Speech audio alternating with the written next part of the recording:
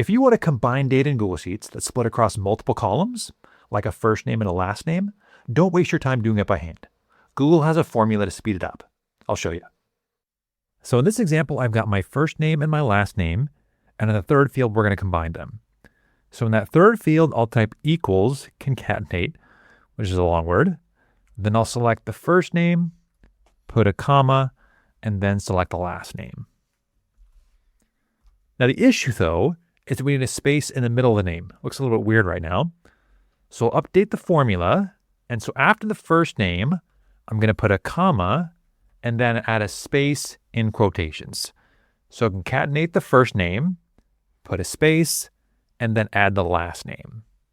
All right, that looks a lot better. Now to autofill this formula down the column, I'm going to double click the bottom right corner of the cell. Now another issue might be is if you delete the original columns, which might make sense because maybe you no longer need the first name and the last name is separate. But in this case, when I delete them, it's going to give me an error because the formula uses cells that are no longer there, the first name and the last name. So to fix this, I'm going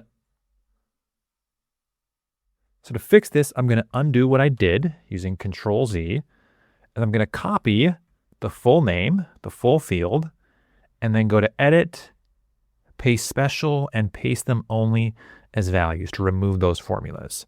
Now, if I delete those first two columns, I'm not going to see that error. If this video helped you, hit like and subscribe for more of them. And if you want to go even deeper, I have a full course on Google Sheets in the links below.